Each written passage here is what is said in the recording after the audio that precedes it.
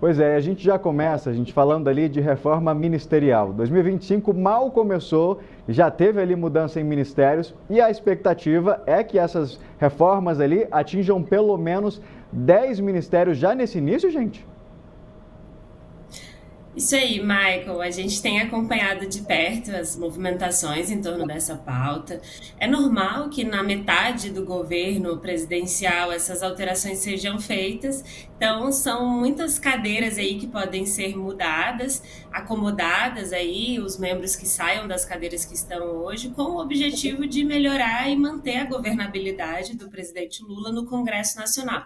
A gente acompanhou que as pautas, o governo sofreu bastante para conseguir aprovar suas pautas e precisa aí de acomodar, em especial, os membros do Centrão, né, os partidos do centro, para governabilidade. Então, a gente já teve, no início desse ano, a indicação da troca na SECOM, saindo Paulo Pimenta e entrando o marqueteiro de Lula de 2022, Sidônio Palmeira.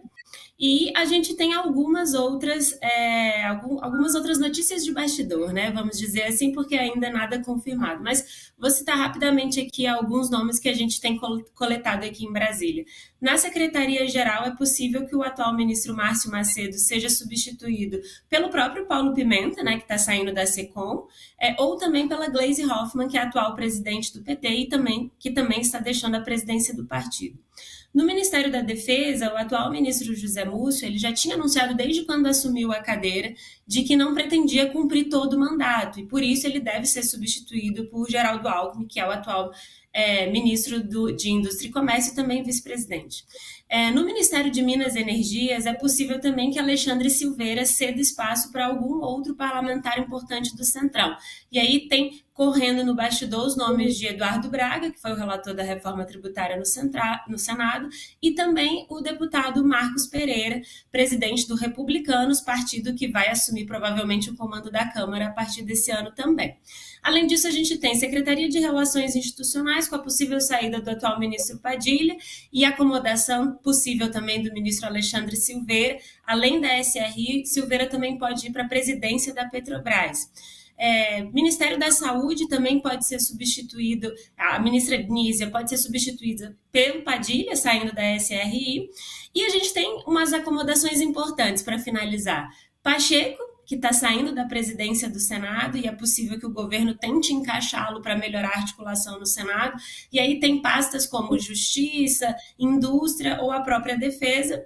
E, por fim, mas não menos importante, Arthur Lira, que é o atual presidente da Câmara, que pode tentar vir a ser acomodado no Ministério da Agricultura ou no Ministério da Saúde, ambas pastas com um orçamento voltoso para ficar no comando de quem a assumir. Então, tem muita coisa para acontecer, tem indicação do Tribunal de Contas também, tem também a troca da presidência do STF, onde sai Barroso e entra Fachin. Então, vai ser um ano bem agitado por aqui em Brasília.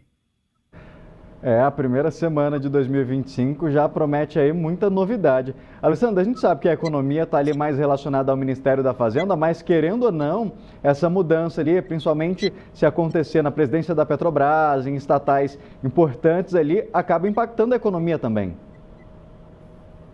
Sem sombra de dúvida, Maicon, sem sombra de dúvida, não só por causa desses que são muito importantes para a economia, seja a Petrobras, e outros ministérios mais diretamente relacionados, né? Mas a própria reforma ministerial, porque um dos objetivos, como a Carol bem comentou aqui, é garantir governabilidade nesses 2 últimos anos de mandato. E a gente sabe que o governo tem um desafio muito grande em termos de agenda, e aí, trazendo para a seara mais econômica, tem aí, né, uma preocupação muito grande com a seara fiscal, o pacote fiscal, tem orçamento para voltar ainda referente a 2025 e tem também uma pressão muito grande do mercado para o governo avançar em gastos aí mais obrigatórios, com um pacote ainda mais ambicioso do que já anunciou, né? Então, acho que o governo vai precisar realmente garantir essa governabilidade. Então, no todo, e especificamente para a Petrobras e outros ministérios, é uma reforma extremamente importante para a agenda econômica.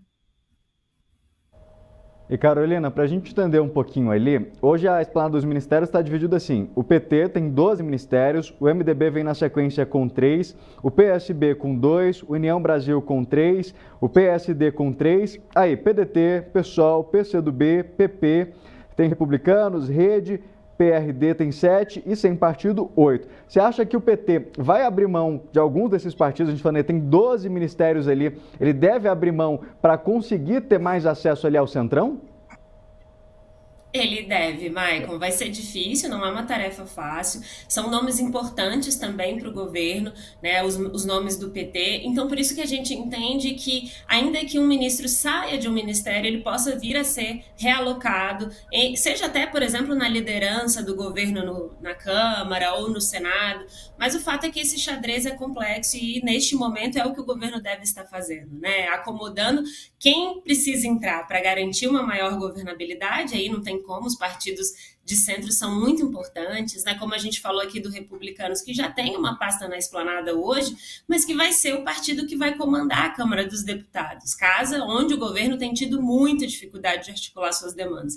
Então, precisa acomodar essa sigla, né? A gente está voltando de uma eleição municipal, onde partidos importantes cresceram, então o governo tem que fazer esse xadrez. Eu acho até importante fazer um destaque aqui, a Alessandra comentou sobre as necessárias medidas de reajuste que ainda precisam ser realizadas e pelo que a gente vem apurando nessa pauta específica, a troca do comando da presidência do PT, do próprio partido, tem esse foco, né? A Gleisi foi muito resistente às medidas de ajuste e a tentativa de colocar, por exemplo, o Edinho na presidência do PT é para tentar diminuir o atrito com a base. Então, é importante que o governo faça isso, é muito importante, não dá para achar que vai governar sem o Congresso, sem os partidos de centro, e o governo vai se dedicar a isso sim.